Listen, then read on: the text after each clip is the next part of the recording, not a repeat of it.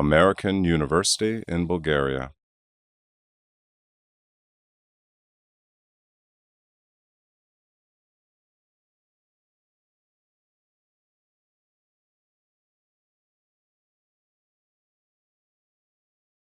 Yes, thank you very much. But now we're going to start with the actual event.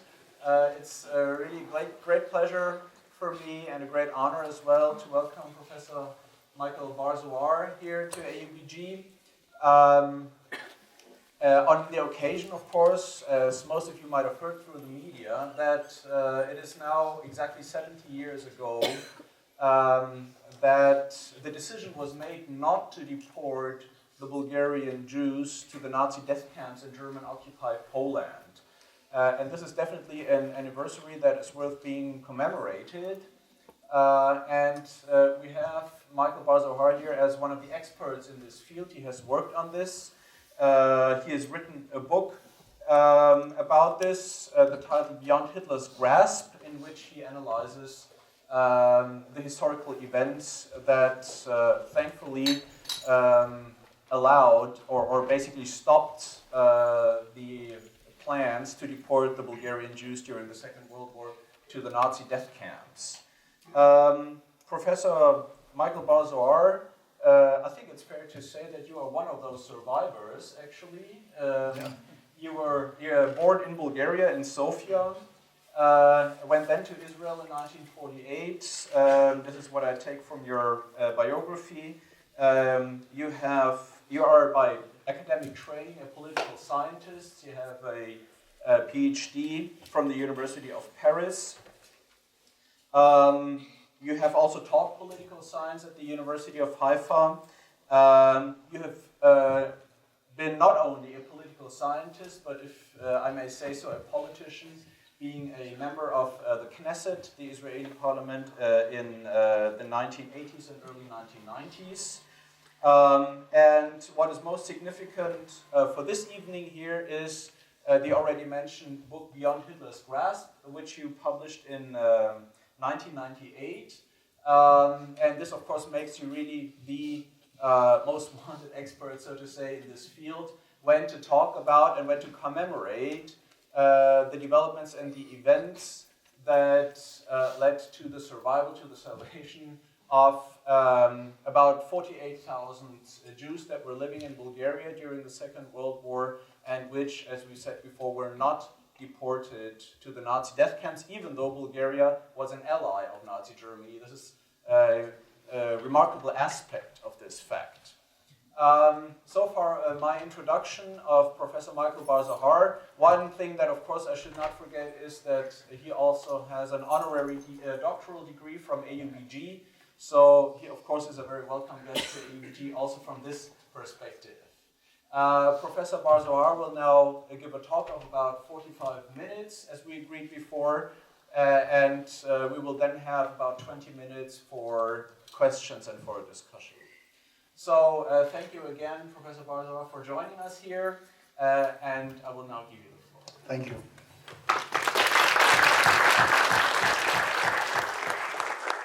Thank you, Marcus, and thank you for mentioning my books. I must tell you, I read them all and I enjoyed them very much. Very good books. There are four kinds of Jews in the world: Orthodox, Reform, Conservative, and Bulgarian. And we are the worst, very frankly.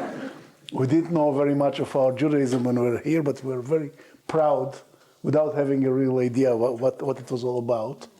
But we are very, very proud and very nationalist as Jews, very Zionist, and we were the ones who were saved. I don't know if it says anything about religion, but that's a fact. If I start from the end, I'll tell you that whenever I speak about this subject, especially in the US, there was always would be a guy at the end of the room who would raise his hand and said, "What a beautiful story, the rescue of the Bulgarian Jews. What a pity it is not true." They would say, "Why do you say it's not true?" So the answer would be, "I've read everything concerning the Holocaust. I don't know this story, never heard about it. And even until this very day, I would say most of the world, in the US, Europe, they have no idea about the rescue of the Bulgarian Jews, which was the most important in the Second World War. So let's start from the beginning. The World War starts, Bulgaria has territorial dreams to recuperate 3 pieces of territory. One is the fertile plain of Dobruja in the northeast, which was given to Romania after the First World War. The second is Macedonia. The third is Thrace. Who can give them this territory? The French and the British would never do that. Hitler organizes an international conference in Vienna, and Romania agrees to give back to Bulgaria Dobruja. And Dobruja becomes again Bulgarian, with all its citizens becoming Bulgarian nationals. The public is very happy in Bulgaria. Streets are named after Hitler and Mussolini. And then, second step, Bulgaria joins the alliance of Germany and Italy and Japan later. And German troops come into Bulgaria. They go west into Yugoslavia and south into Greece. They conquered both these countries in a few weeks. And then they tear Macedonia from Yugoslavia and Thrace from Greece and give them to Bulgaria. Bulgaria is in euphoria. They've got all their territories without firing a single shot. The parliament declares the creation of Obedinena Bulgaria, of United Bulgaria. King Boris III is called Tsar Obedinitel, the unifying king. But there is one point which Bulgaria does not consider very much. Germany does not accept the annexation of Macedonia and Thrace to Bulgaria. Germany treats these territories as only under Bulgarian administration, and their final fate would be decided after the war. I found in Germany the maps from the war. It was written, you'll correct me if I pronounce it properly, unter bulgarischen Verwaltung, under Bulgarian administration.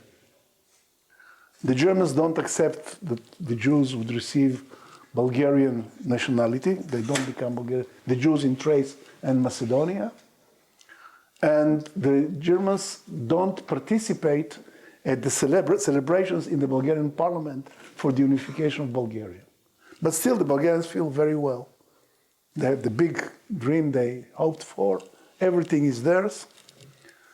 But King Boris knows very well that you have to pay for such a thing. And during the war, how you pay? You pay with Jews. And Bulgaria then prepares a law which is called the Law for the Defense of the Nation. Закон за защита на нацията. This law is actually a kind of copy of the Nuremberg laws which were promulgated not long before, and which actually limit to in a very strict way the life and the possibilities of Jews to live in these countries and in Bulgaria as well. They have to wear a yellow patch. In Bulgaria, it was the smallest. We got a tiny star made of plastic material. We have to leave our houses. Some of us are exiled. There is a curfew in the evening for Jews. There are signs, Jewish house, Jewish home. They can't be in the press. They can't be in anything productive. They can't be in universities. They can't exercise their profession, especially if it's a liberal profession. And then during the time of the discussion of the bill of this law for the defense of the nation, the first protests start. It's a very interesting thing that from all the different parts of the Bulgarian society, you see a huge effort to block, to stop this law. The Doctors Guild, the lawyers, the writers, but also the waiters and the shoemakers and the carpenters and even farmers who don't know to write. They all sign petitions, the farmers sign it with their thumbs. And petitions which are sent to the General Assembly, to the Parliament or to the Prime Minister, saying, stop this. We don't want this kind of law. It's a shame for Bulgaria. And the most active in this protest is the church. The 10 princes of the Bulgarian church were called metropolits, object strongly to this law, and they try to stop it. Nevertheless, it is passed and voted in the parliament. The next step is the creation of a commissariat for Jewish questions, and at its head is actually appointed I would say, the most ferocious Nazi in Bulgaria, a very smart, handsome lawyer called Alexander Belev. He becomes the commissar for Jewish questions in the commissariat, and immediately things start to move. Belev has one idea, one obsession, to get rid of all the Jews in Bulgaria, to send them away, have them killed, whatever. A special envoy from Berlin arrives in Bulgaria.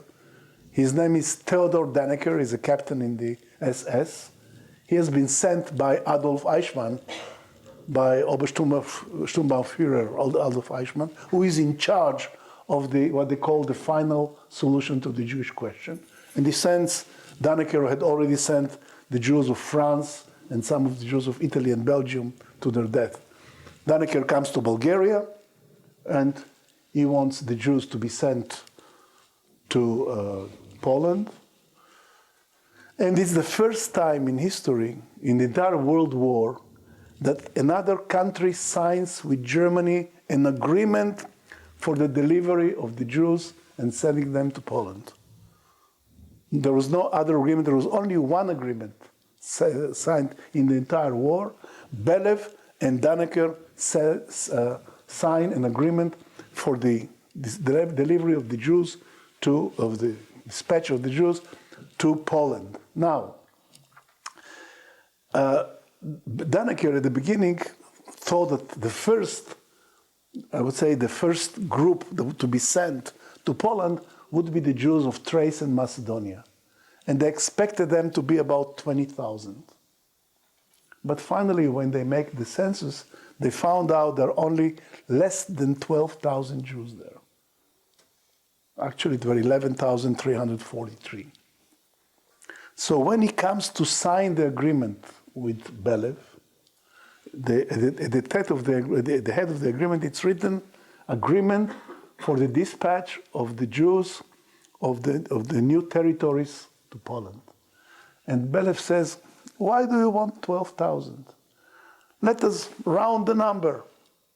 Let's put 20,000. And we shall give you 8,000 Jews of the old borders of Bulgaria. The plan of Belev is, first of all, to send 8,000 Jews. Because the moment you send one first group of Jews, you have to send all the others. That starts already a process. And he strikes with his pen the name to sell the Jews of the new territories, and writes 20,000 Jews to the eastern territories. And they sign the agreement, and time comes to send them. Now, this is carried out in total secrecy. Nobody knows about the plans to send the Thracian, Macedonian, and 8,000 Bulgarian Jews. Nobody knows anything.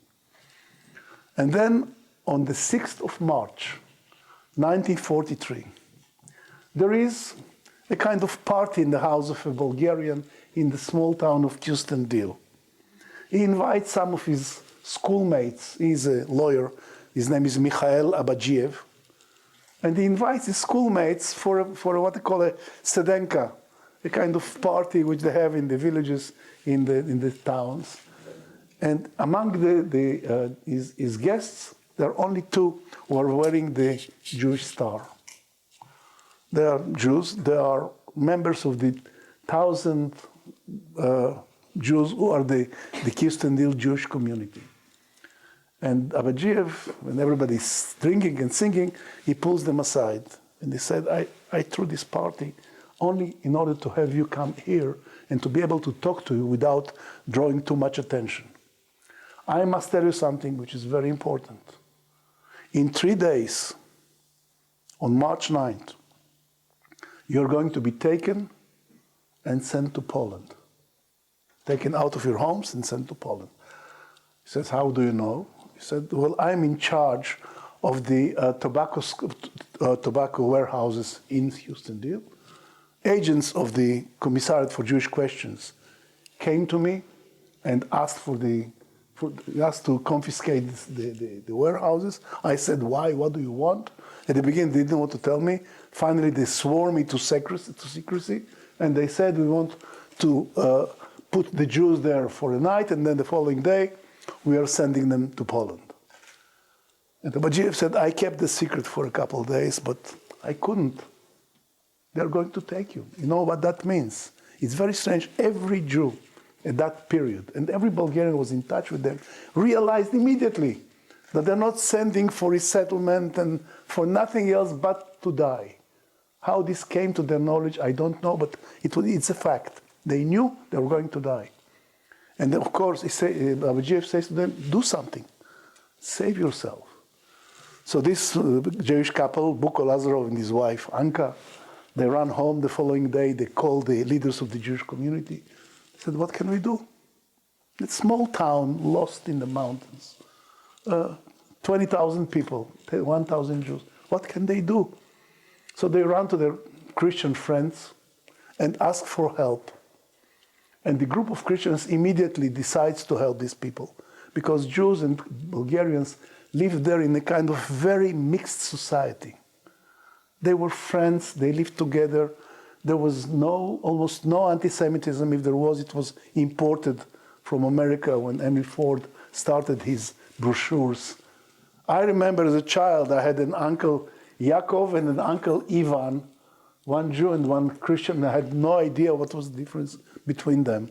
I knew the best friend of my father was Vlado Markov, a Bulgarian. The best friend of my mother was Svetla, a Bulgarian. So for us, there was no difference. And now these people immediately said, yes, we'll help you. And they decided to go to Sofia and try to change the result. Try to imagine, if you like, put it in American terms, is to take a small group of people from Kalamazoo who go to Washington to try to change an idea, not democratic Washington, to a capital of a very autocratic nation, with a strong army, with a strong king, with a very strong German presence. They have no chance. But still, 33 people signed for going to Sofia. Immediately, the police and the agents of the Commissariat for Jewish Questions start an offensive trying to stop them and convince them not to go. And finally, on the 8th of March, in the evening, one day before the deportation, people, they have decided that they meet at the train station in Kyustendil and go to Sofia. And out of the 33 people, only 4 arrive. 4 people is not a big delegation. So what do you do in normal circumstances? You shake hands, you said, well, we tried, but all the others did not come, let's go home. No, they say, we're going. The station was surrounded by a cordon of police officers and agents of Belev, and they go through it, they take the last train to Sofia, they arrived at night. The following morning, they go to see 9th of March, the day of deportation. They go to see Dimitar Peshev.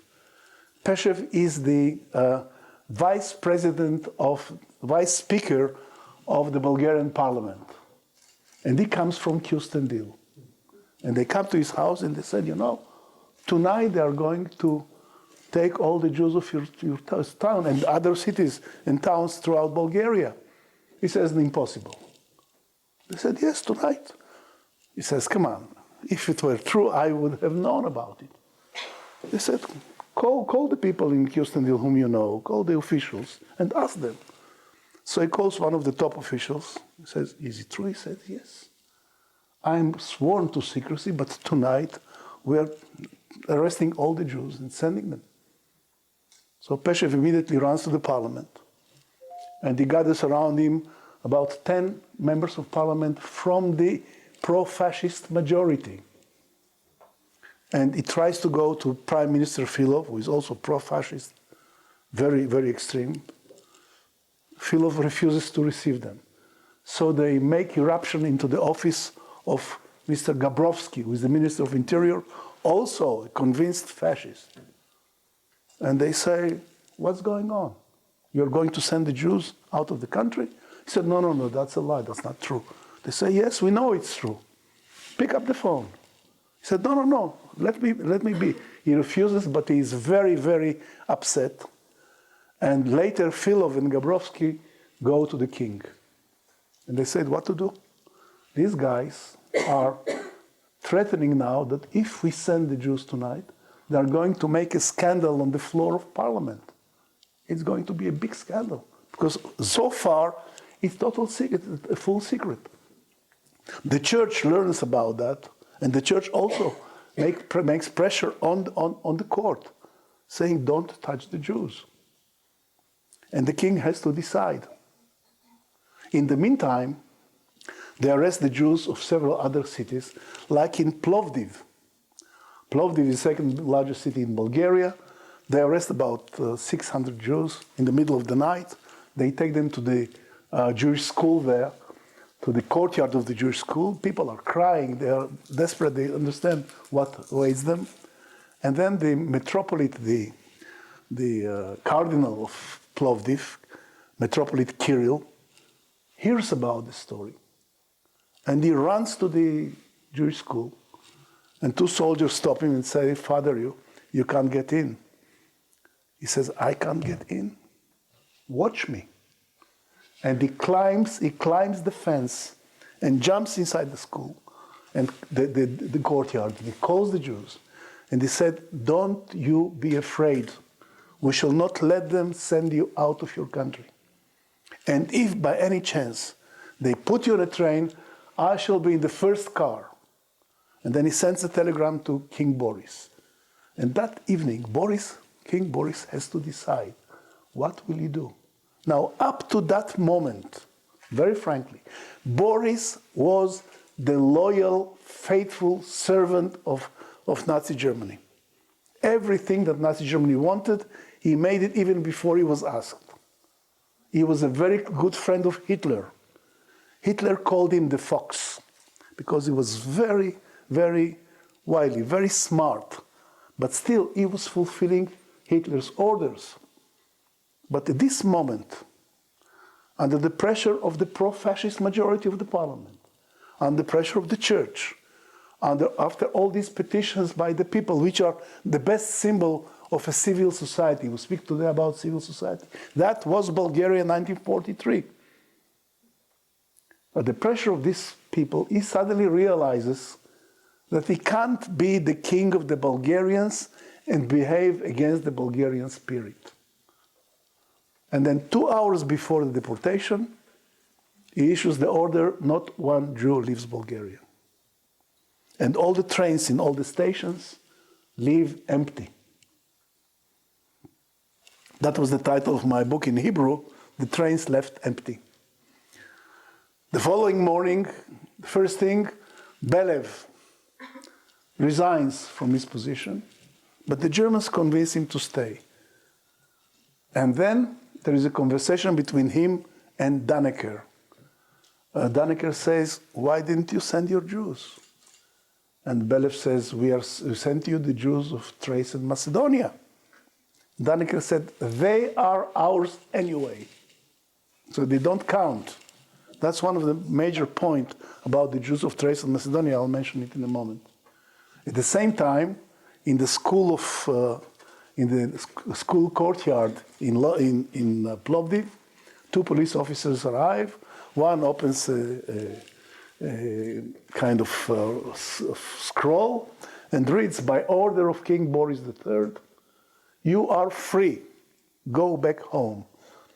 And I must tell you, we have here some survivors who told me about this moment when this group of Jews started running through the streets, shouting, we are free, we are free, long live the king. And one woman told me, she said, I suddenly saw as if somebody had given me my life back. Suddenly, I'm alive again. So all over Bulgaria, the Jews are very happy. The deportation has been cancelled. The Jews of Thrace and Macedonia are not happy. In Thrace and Macedonia, the Bulgarian army very brutally, very cruelly arrests the local Jews, beats them up, searches them for money, for gold, for anything, and loads them on trains which go through Bulgaria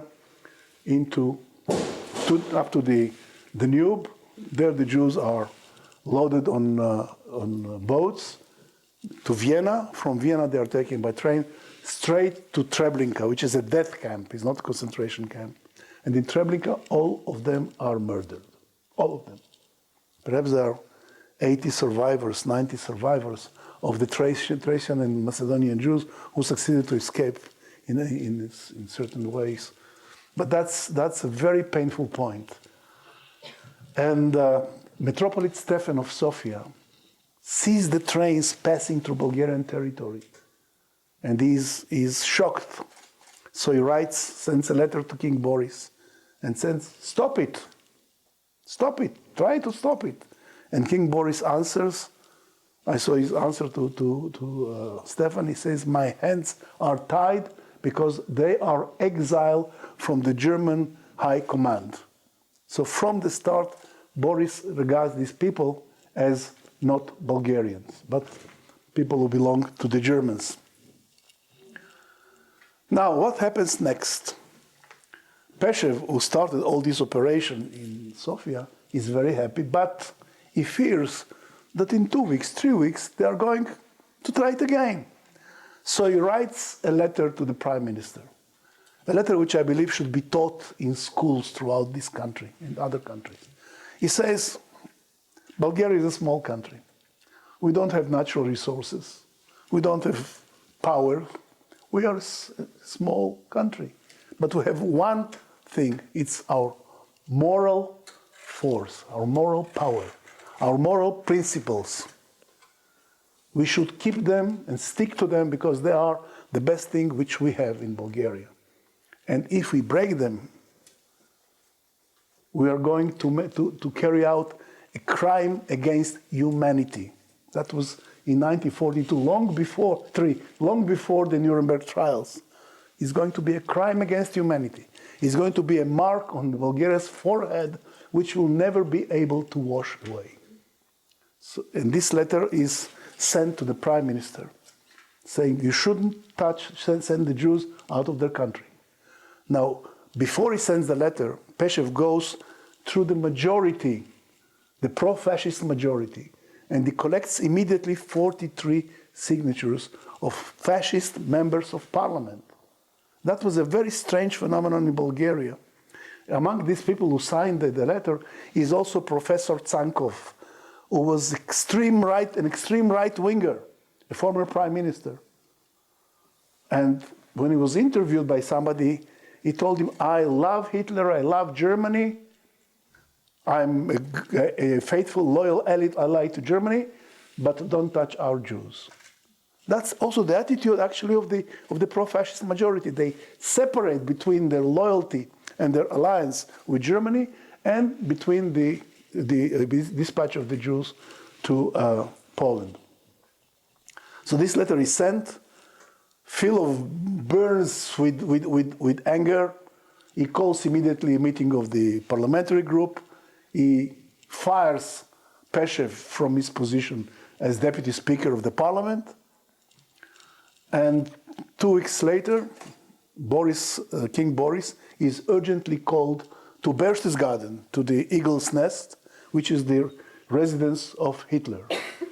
He arrives to Berchtesgaden, and Hitler is waiting for him together with von Ribbentrop, who is his foreign minister. And they are playing the roles of a good cop, bad cop. Hitler is a good cop. He is very, very suave, very friendly, gives a lot of respect to the king. Von Ribbentrop is the bad guy. He pulls him aside. He said, what the hell is going on? Why didn't you send your Jews? So Boris sent him. I wanted very much to send my Jews, but first of all, my Jews are not like your Jews. My Jews are Spanish Jews, which means Sephardis. They're different. And von Ribbentrop says to him, come on, a Jew is a Jew wherever he comes from. So King Boris said, listen, I'm dying. I want very much to send you my Jews, but I need them to build roads and railroads. And this was actually the biggest lie of the Second World War. Because Boris comes back to Sofia. He calls Filov and Gabrovsky, who both are fascists, and he tells them, we have them in documents, but we have them also in the book, in the diary of Filov, which was published in Bulgaria. And he wrote down exactly what the king told him. And he said, we must now mobilize all the valid Jewish men to labor camps, and by doing that, we shall prevent sending the Jews to Poland. Black and white. And that's what they do. They mobilize the Jews. They take them to labor camps. I must tell you very frankly, it was not exactly labor camps. And especially when I speak in America about that, they immediately imagine labor camps, with fences and with watchtowers and SS soldiers with submachine guns and with machine guns and beating the prisoners. No. They were working, not very hard, the Jews who were there. My father was in the camp like that. They were finishing at about 11:30 to work. And they were making all kind of events for the evening, like singing and making shows and plays. In the weekends, many times they were going home. My father was running away from the camp every Friday, coming for the weekend home. And my mother said, what are you doing? They're going to kill you. She said, come on. And he was taking out of his pocket a batch of photographs, which showed him together, him and the other Jews in the camp, together with the Bulgarian soldiers and with the commandant of the camp with the bottles in their hands, singing together. It was a different story. Now, every 1st of September, all the students were released from the camps in order not to lose the academic year, right? You can do that. And every 1st October, all the rest were sent home because it was getting cold. So the guys had to stay home for 6 months until the 1st of April, and then they went back to the camps. So that was not exactly the labor camp as it's imagined and is described. And the Germans were not stupid. They sent a delegation of the Gestapo to Bulgaria to check the story. And I saw the reports in Berlin. They said, come on, we saw what these Jews are not working very hard. Beside the Jewish camp, there is a camp of Greek prisoners of war. These people are working. They said, and they write black and white. All this thing of the Jewish labor camps is a maneuver by the Bulgarian government in order to prevent the Jews being sent to Poland. They realized what it was. Now, King Boris was walking on a very tight rope in this affair. Because on one hand, if Germany gets angry, they can swallow Bulgaria in one bite, in a couple of hours. There's not a problem. On the other hand, Hitler needed him because he was actually Boris was the owner of this bastion that the German Empire had on the southern east end of the German-controlled lands. So he needed King Boris there. So Boris could allow himself some freedom, but not too much, because then everything could turn around. And in the meantime, Belev prepares the second deportation. And he said, this time, we shall send all the Jews of Bulgaria. not 8,000, all the 50,000. He prepares second deportation, everything is prepared in secret. They prepare orders that on the 24th of May, which is the Sveti Kirill Methodi, St. Kirill the Methodius Day, they'll send the entire Jewish community, first the 25,000 Jews of Sofia and the others to the Danube. The boats are waiting already, and then they'll take them to Poland, to Vienna and to Poland. And here comes Lili Panizza. If you ask yourself if you have any connection with Dimi Panizza, on whose name is named one of the buildings here, yes, there is a connection, which I revealed to him at the beginning. He refused to believe, and finally we found out. Lili Panizza. This is a story for central casting in Hollywood, period. Lili Panizza was a very pretty young woman from Varna who came to Sofia, became the personal secretary of Belev. And she fell madly in love with him, and he fell in love with her. And there was a very secret liaison between the two. Now, on the other hand, she was from a Republican democratic family with very high moral principles, very high respect for human rights. And she could not understand, why is she working in this ministry of evil, whose only goal was to kill people? So during the day, she would sit in her office and type all these terrible orders which Belev was preparing for the deportation of the Jews. In the evening, she would spend some time with her lover, and at night, she would run to the homes of the leaders of the Jewish community in Sofia to warn them what to do in order to prevent the deportation, or who has to escape. Try to think about this kind of inner fight. This girl was torn between these contradictory feelings. She must be loyal to her government. She's in love, obsessed by Belev. At the same time, she can't stand it. I think just for that, she deserves a medal for what, posthumously, of course, for what she did.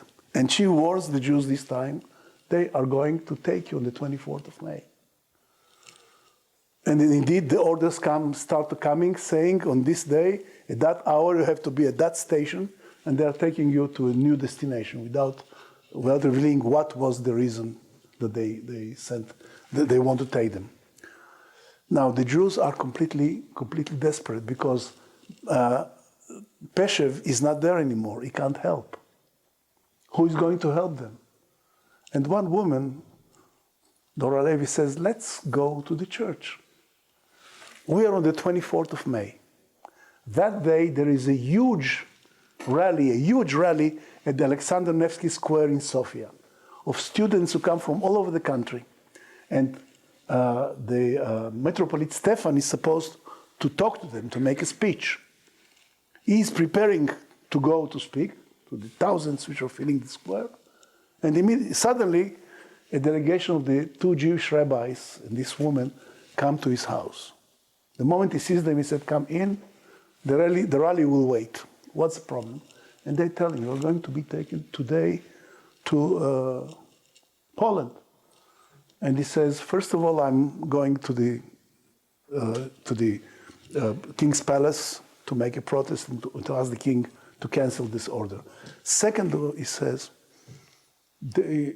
you must protest in the streets. Don't be afraid. You must go in the street and protest against that and show the king that you're loyal Bulgarian citizens. And he goes to the rally in Alexander Nevsky Square. The place is full of people. He starts to speak. Behind him, the entire cabinet, the entire government is sitting, all of them in official clothes. And he speaks and he says to the students, today, look around you, you'll see that somebody is missing from today's rally. You know who is missing? Your Jewish friends. Because of foreign influence and pressure, we have to break our moral principles, our humane principles as Bulgarians, and they have no right to be with you. But we should not permit that. Behind him, Filov is boiling with rage. The moment that Stefan finishes his speech, he jumps on him and says, "Why do you mix in political affairs?" So Stefan says to him, "It's not a political affair. It's a humane question, and I shall continue to mix in it as much as I can." And I can tell you, under parentheses, that later, Stefan opened all the churches of Sofia to the Christianing of Jews who wanted to do so, hoping that by Christianing the Jews, he will prevent their dispatch to Poland. And then he got an order from Gabrowski to close the churches. And he said, "I'm not closing the churches." Not only did he not close the churches, he sent a circular to all the priests in the Bulgarian area, in the Sofia area, telling them what happened. He said, "We shall not give up." And finally, they prepared a team of 23 lawyers who had to prepare a case against Stefan for treason.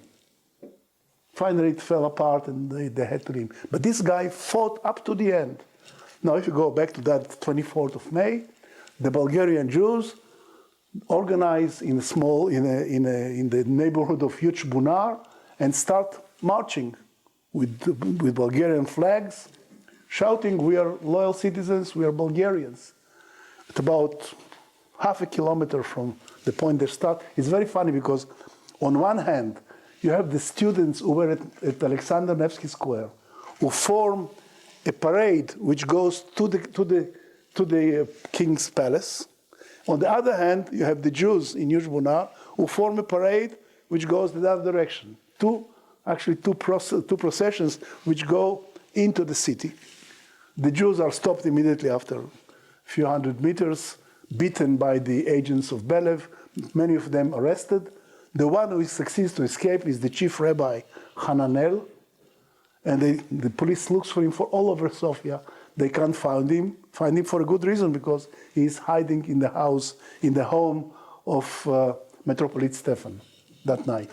The following day, Hananel is arrested, goes to Belev, and Belev starts shouting at him.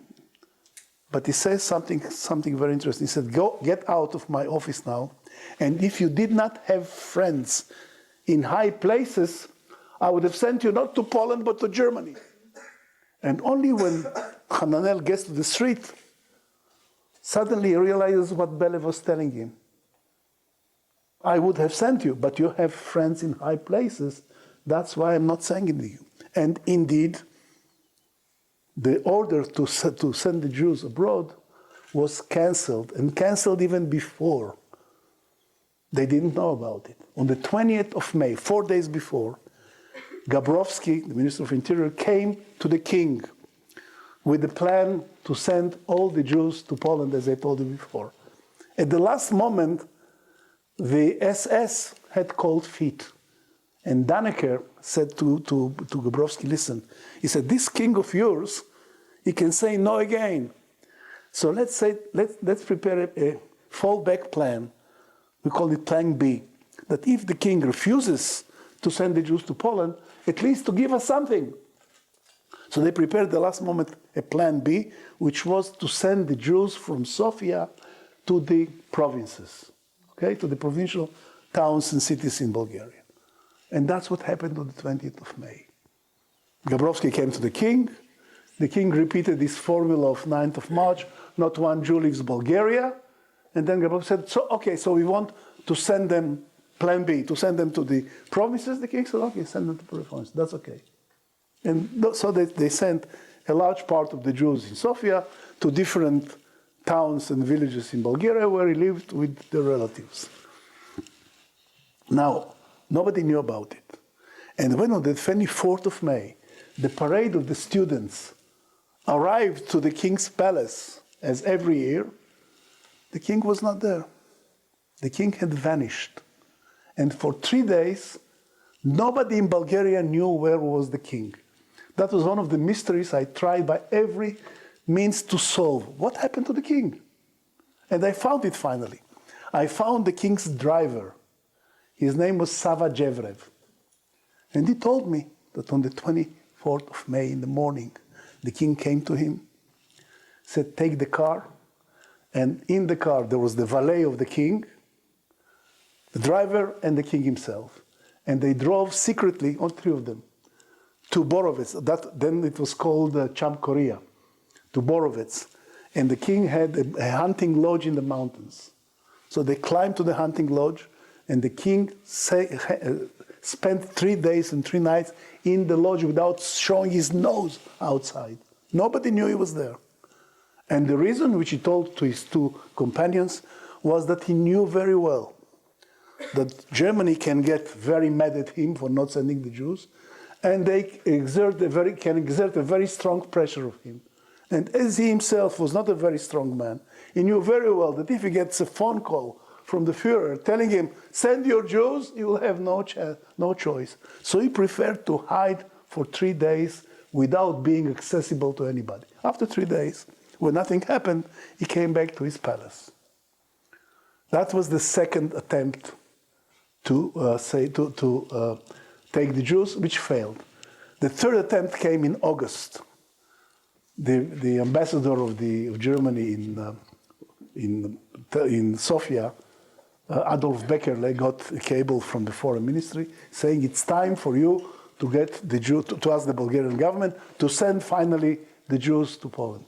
And the guy sent a kind of desperate telegram to Berlin saying, listen, these guys are not going to send their Jews. He said, the Bulgarians don't have the same racial enlightenment that we have in the Reich. They don't understand why are they supposed to be superior to the Jews. They live with the Jews, they work with the Jews. Sometimes the Jews are poorer than they are. You can't explain to them that they have to be sent away, and the Bulgarians have to feel superior to them. They won't send their Jews. And a very similar telegram was sent by the special envoy of the Gestapo in the embassy. The same thing. The Bulgarians are not going to do. They are different people. Perhaps because they lived for 500 years under Turkish rule. And Bulgarians and Jews and Turks and Armenians and Greeks and Gypsies were all the same under the foreign rule. So the Bulgarians don't understand these kind of things like we do in the Reich, of course. And therefore, the third attempt was not carried away. King Boris died in August of 1943. There is a lot of speculation about his death. There is a theory which says that he was poisoned by Hitler. Maybe we'll touch that later. And after that, Gabrovsky had to leave his position in the Ministry of Interior. Belev was fired from the Commissariat of Jewish Questions. And the next Secretary of Interior, the successor of Gabrovsky, called all the region commanders and officials to a meeting and said, there is one thing in which we failed. We failed to deport the Jews. We're not going to deport them anymore. Wherever they are, there they will stay. And our role now is to make their life bearable in order for not to have any incidents on place. And that was August of 1943. And from then until Bulgaria was liberated by the Red Army in September of 1944, the Jews were not touched anymore. 1944, the Red Army came, crossed the Danube, and conquered Bulgaria. The Jews were free. They became again full-fledged citizens. They could come back to their cities, to their homes, to their jobs before. Belev escaped. Nobody knew where he was. And in kind of irony of destiny, the new communist government, the KGB and others, arrested Lili Panizza. Where is your lover? Where is he? She said, I don't know. I said, what don't know? He was here. They looked at her house, at her closet. They said, whose clothes are these? She said, my brother's. She said, brothers. This all belongs to Belev. Where is Belev? She really did not know. She even did not know that at that moment, Belev was not alive anymore. He had been captured by a group of freedom fighters at the Eustendil train station, where all had started. That's symbolic. And they gave it, they caught him, they didn't know who he was. And they gave him to one Jewish partisan and said, take him to Sofia. He said, yes, of course. The Jew Miyadi recognized Belev. He shot him and threw his body into a ditch. And only years later, the story came true. But at that moment, nobody knew what happened with Belev. So they took her to what was before was the Gestapo torture chambers. Now was the KGB torture chambers. And they beat her up and they tortured her to tell them where is her lover. She didn't know. And finally, they put her on trial and accused her of collaboration with the Nazis. And in the middle of the trial, a group of Jews came in and said, you're trying her, she's our savior. So she was freed, but because of the torture and the beatings, she died a year later at the age of 29. That was the sad story of Lili Panizza. The Jews were free. The leaders of the former regime were arrested. Many of them were shot.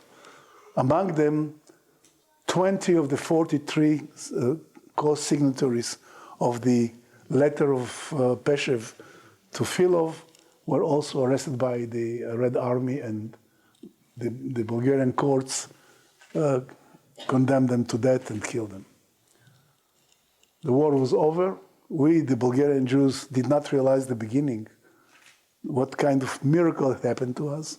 Only when we found out what happened to the Jews in Thrace and Macedonia, the Jews in Greece, the Jews in Romania, many of them were Jews in Hungary, Poland, Russia.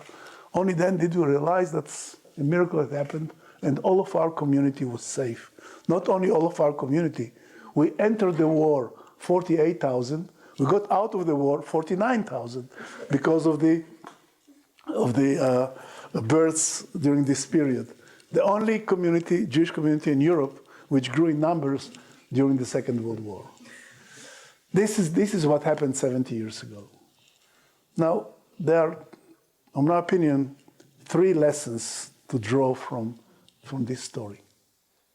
One, it's a beautiful story. There were bad people who wanted to kill good people, but good people got up and stopped the bad people, right? That's the story. Wonderful. The second lesson is much more sad. It says, if other countries, which are allies of Germany, had behaved the same way as Bulgaria, not 50,000, but 500,000 people could have been saved.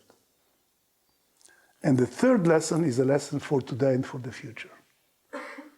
It tells you, look at Bulgaria, a small, weak country, which dared to do which big and strong countries did not. So that means that if you want to draw your own lesson, anytime you see somebody trampling human rights or carrying out an act of injustice, never say, I'm too weak, we are too weak, what can we do? No, get up and fight. And if you do that, you'll find out that a small David can win and can beat a strong and a powerful Goliath. Thank you very much.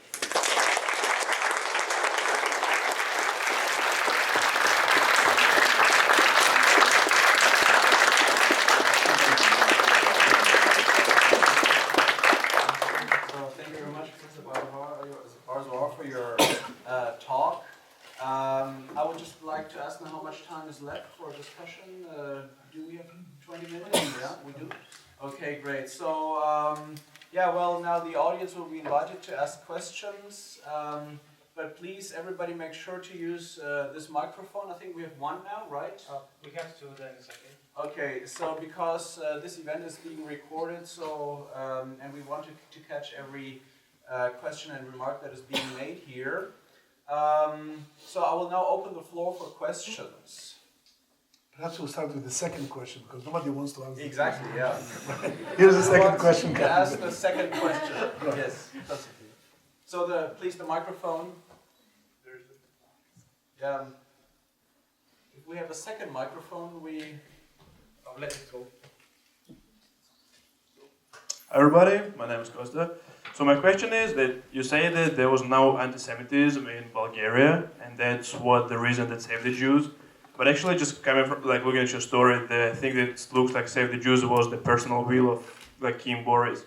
And actually, if to look at other his policies and his relation with Germany, like the Jure, he was supporting Germany, but de facto that was not the case. I mean, Bulgarian soldiers did not go to fight on the Eastern Front, and there was really no support for him. So I think that he kind of was neutral, and he wanted just to stay away from all the conflict, kind of like Switzerland or other countries. Just Bulgaria was not in the position to do it geographically, because if they would say we are, then probably Germany would annex Bulgaria. So do you think that is more realistic, kind of, than speaking it just was? So the for political reasons were more behind that than the reasons of fight for human rights and protecting Jewish population. Well, first of all, it was not King Boris alone who saved the Jews. It was the majority of the fascist majority in the parliament. It was the church. It was all those people from every layer of the society who signed all these petitions, and the king himself. So it was what we call today civil society, гражданско общество in Bulgarian. People really were ready to fight for the rights of somebody. And so it's definitely not King Boris himself. King Boris actually gave the authorization to sign the agreement with Germany. Bele would not have signed the agreement with Germany for sending the Jews without the approval of the king. Nothing was done in Bulgaria at that time without the approval of the king. But when the king saw all this kind of pressure coming from all sides of the society and of his own camp, because the pro-fascist majority, instead of supporting him, they wanted to create a scandal. They raised against him and his appointed cabinet. So that's what is the realization. Now, Bulgaria, I want to add to that. Bulgaria was in a very strange situation during the war. On one hand, Bulgaria did not participate, did not fire a single bullet during the entire war. Bulgaria did not send soldiers to the Eastern Front like all the other allies of Germany did. And Bulgaria told the Germans from the beginning, our people has a very special relationship with the Russians. We cannot go against them. And that was something completely surreal. Try to imagine that during the entire war, when Bulgaria was teeming, I remember as a child, full of German officers and soldiers, full of German vehicles, with the swastikas flying everywhere, there was a Russian Soviet embassy in Bulgaria, with the Soviet ambassador, with the red flag. We had on one side the red flag over the Russian embassy, on the other side the swastika over the German embassy. And friends of mine who were already gone, who were working in the foreign ministry, told me that the biggest headache was when they had official reception was how to bring the German ambassador and to whisk away the Russian ambassador so they didn't meet at this meeting. But for the entire war, could you imagine a country allied to Germany officially was having a Soviet embassy in Bulgaria? So what happens politically, they said that Boris was actually, many people come to me and say, we know why Boris was poisoned by Hitler, because he did not want to send the Jews. Well, if you go according to that logic, so after Boris was poisoned, if he was poisoned, if you accept that, if he were poisoned, so after that, they should have sent the Jews to the camps. But they did not, on the contrary. So they say, perhaps because he was poisoned because he didn't send his soldiers to fight on the Eastern Front. Okay, so if he were poisoned by Hitler, after he died, they should have sent the soldiers to fight on the Eastern Front. But they did not. The real reason, in my opinion, is that at that time, we know that today for sure, there were secret negotiations between Bulgaria and the Allies, England and the United States, in Turkey, neutral Turkey at the time, secret negotiations for a separate peace, for Bulgaria detaching itself from the alliance and joining the Allies. And that is what Hitler wanted to prevent. And that he succeeded to prevent. Bulgaria remained till the end of the war a part of the axis. Okay, I think, yes, we have a question here in the second row, so just a second until the microphone is there. First of all, I wanted to say thank you for the interesting story that you shared with us. And I wanted to ask you, because you already elaborated on this topic, but what is your personal opinion about the death of King Boris III? Because there are many theories, especially here in Bulgaria, but because you did apparently a lot of research, what do you think about it? Thank you.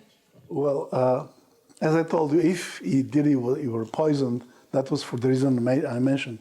But so far, all the tests which were made on his body and even on his heart, which was found later, don't show us any signs of poisoning. But of course, immediately there will be some expert who will tell you, of course, they use a special poison which you can't find. You know how it works. How they know that they had wireless connections in the Roman Empire? Because when you dig, you don't find wire. It means they had wireless connection. So there is no end to that. I think this is one of the mysteries. And you know, people love very much to have this kind of unsolved mysteries. Who shot Kennedy? All these conspiration theories. So we shall have to think about it perhaps one day. And we as historians, as modern historians, we have to be ready that at any moment new information can come which will pulverize everything we wrote about and we discovered. But that's the sorry fate of a historian. Yes? Are there any other questions? Yes, well, yeah, over there, Obi, please. Just, the microphone's coming. I was wondering if you could get a little bit of an explanation of why the Bulgarian Orthodox Church takes the position it does, given that other churches, Catholic and other churches, don't take this position throughout the rest of Europe. Do you think that's the cultural explanation that you offered, or do you think that there's something more personal in some of the leadership of the church at the time? I believe that this is the cultural, the nature of the Bulgarian society. Because when you look at leave the Catholic Church aside, leave the Protestants aside, take the Pravoslav Church, the Orthodox, the Greek Orthodox Church. In Greece, the church was against the Jews. In Russia, the church was definitely against the Jews, very anti-Semitic. The only place was Bulgaria. Now, I think that my assistant, Albena Taneva, published the minutes of the meetings of the metropolits about this subject, what shall we do with the Jews? And you'll see it's very interesting because the first meeting, 9 out of the 10 said that they opposed the law for the defense of the nation. Only one, the metropolitan of Varna, said, what's bad in the law for the defense of the nation? They want to defend the nation. It's wonderful. So let's defend the nation. And he went home, and he came back the following week, and he made his mea culpa. He said to his colleague, he said, I made a big mistake last week. I didn't know what it was all about. It's an anti-Semitic law. I cannot accept it. We have to fight it all together. And from that moment on, the entire church was united. And I really believe that's because of the Bulgarian spirit and not because of let's say, the domination of that church. I told your dean before a story about that happened to me. I was exiled with my parents to a small village called Gorsko Slivovo, perhaps some of the Bulgarians know where it is, close to Sevlievo in the country. And I was the only Jewish child in this village. I had this wonderful childhood there. And I learned to read at the age of 4. And one day I was walking the streets of the village, and the Pope, the priest, came to me and said, I have something for you. Go to my home. The Popadia, my wife, will give you something. So I ran to her home. It was summer. It was very hot, I remember. And she gave me a big package. And I took the package. I ran home like crazy. Who knows what is inside? And inside were the 5 volumes of the Brother Grimm's stories. So look, this priest has gone to the big city, has taken money from his pocket, and has bought these books for the only Jewish child in the village. Where in other country in Europe that could have happened? That's something very special about Bulgaria. If you like, people like it or not, we have to admit it. Thank God. Okay. Right. All right. Any other questions? Diego, yeah, okay.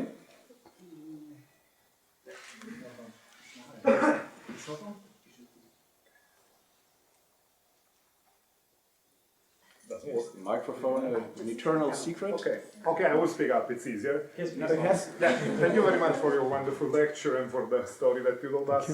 Actually, you mentioned Eichmann, and Hannah Arendt has written a wonderful book on Eichmann in Jerusalem, and in her book she makes a parallel between Denmark, Italy, and Bulgaria. She says, actually, the Holocaust did not take place in these three countries. In Bulgaria, it did not take place at all. In Italy and in Denmark, it was not so, the Nazis' efforts were not so effective as in Hungary or Poland or Germany itself. For instance, she says, because in Bulgaria we had a cooperation between civil society and the authorities, the king. In Denmark there was the same cooperation between civil society and the authorities, mainly King Christian, who said, if you ask the Jews to wear a Star of David, I would be the first to wear a Star of David, and so on. And she says, in Italy it was not possible because Italians are so bad at organizing things that they would not even organize a good deportation of Jews. Would you make a similar parallel? I'm Italian, I want to leave Italy outside because I think that Arendt was right in this respect, and I think that she was too generous toward the Italians because after all, Italy adopted racial laws much before World War II in 1938, as you know. But would you make a parallel at least with the Danish case? What are, in your opinion, the differences and similarities? Well, first of all, let's tell about the Italians, and not because you're Italian, and because you're strong, but the Italians were the best. During the Second World War, the Italians as individuals, they were the best. They were the only ones who tried to save other Jews belonging to other nations. When the Italian army was in Yugoslavia, in Croatia, was in Greece, the Italian soldiers did everything possible to save the Jews, to save as many Jews as they could.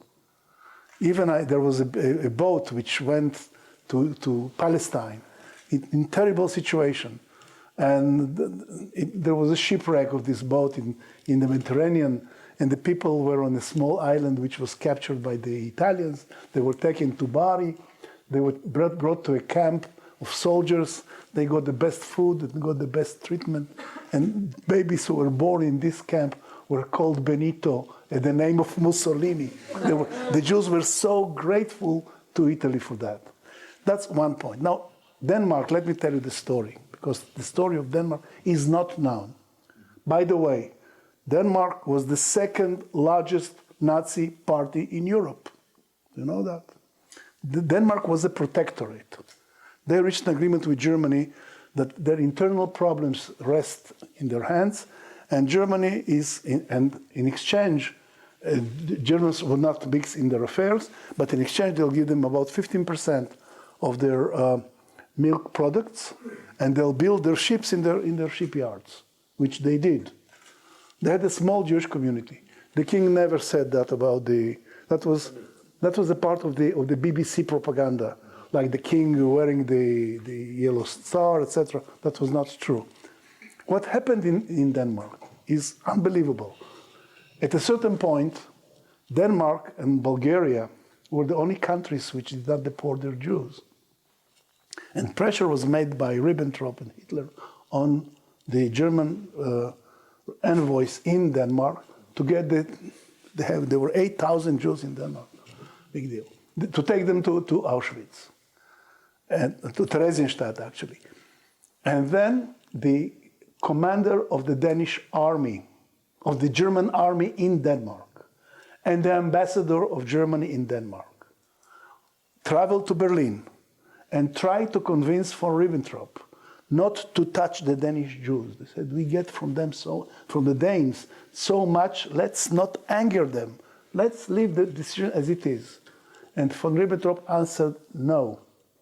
So they decided that when and if and when the Danes strive by any way to save the Jews, to turn the other way, not to look. Because if you know what the Danish rescue was, about 7,200 Jews escaped aboard about 1,000 ships and boats to neutral Sweden. Now tell me, the German Navy, which is not the worst navy in the world, is patrolling the ocean between Denmark and Sweden.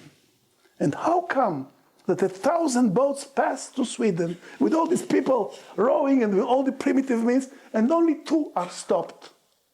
Only 2 were stopped. All the others arrived to Sweden for a very simple reason, because they got the order not to intervene, not to interfere.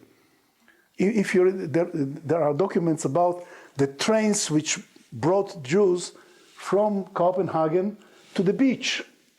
And these trains were half full of Jews that night and half full of German soldiers. Not German soldiers, they never saw them for some reason and never tried to stop them. Now, the underground in Denmark thought for many years that they had cheated the Germans. So from their point of view, it was an act of heroism. But actually, the Germans very smartly decided to let them go because they didn't want to get into any clash with the Danes, and it worked. And I want to add something less pleasant. Many refugees tried during the war to reach Denmark. Jewish refugees and non-Jewish refugees. All the refugees who tried to obtain asylum in Denmark, all of them were kicked out of the country. Nobody was allowed to cross the border. Which once again shows us that finally when people act in order to save people, first of all, they want to save their own people. And that's why also I compliment the Italians who wanted to save people because they were people. That is very humane. Yeah. Thank you. Is there another? Nancy, please. Well, one of the things that I'm sorry. Do you think what was it about the Jewish people that were special as opposed to, say, other ethnic groups that Bulgaria's had some differences with, say, whether it's Roma population or Turk population or whatever, where it seems to be that there's less tolerance for. What is it about?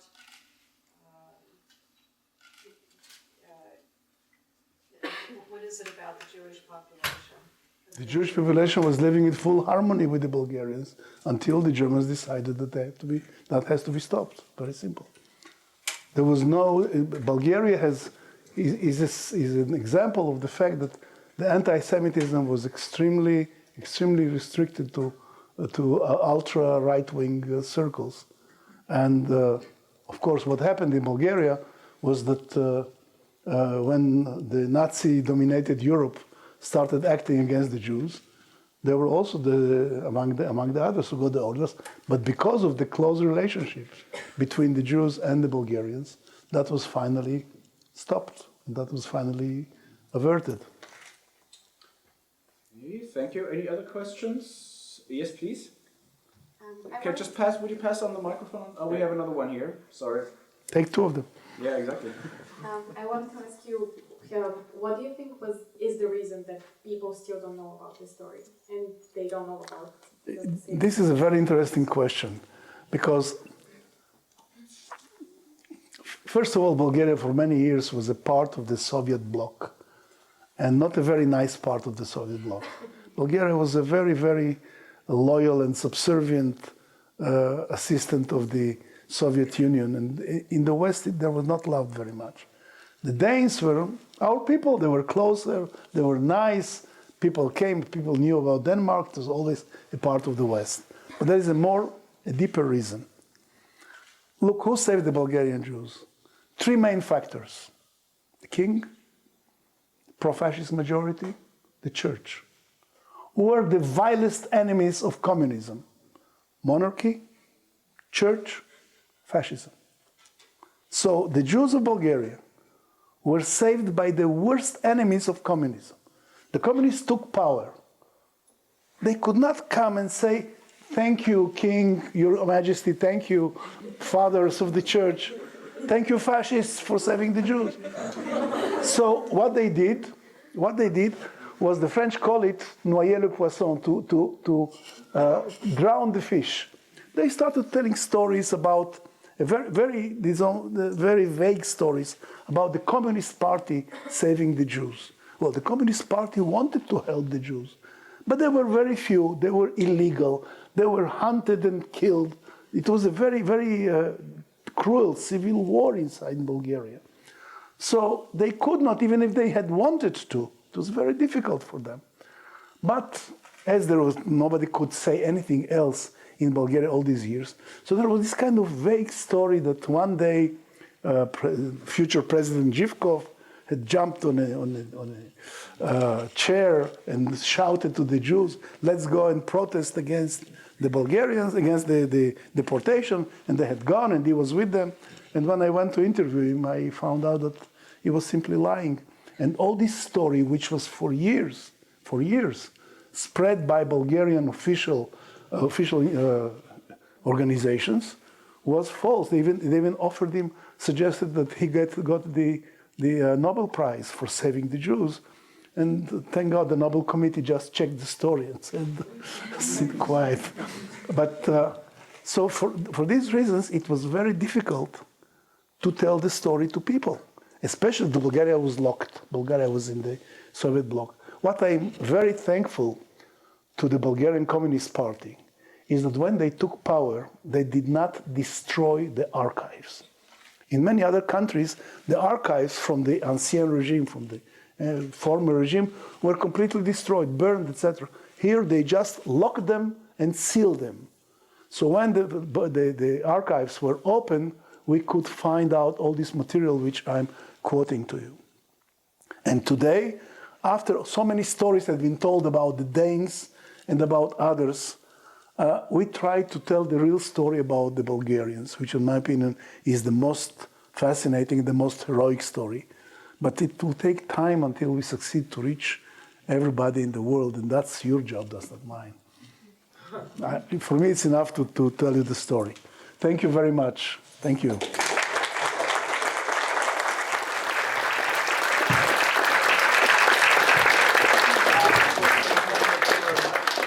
I would just like to make a concluding remark about this event, which was part of the Balkansky Panica lecture series and also co-organized by AUBG and the Balkansky Panica Institute.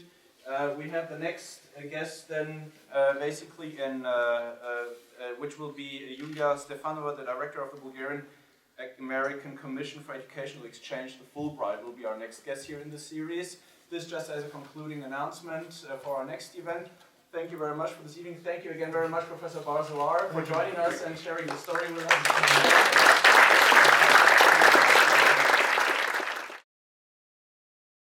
This program is brought to you by AUBG Talks. For more, please visit us at aubg.bg/talks.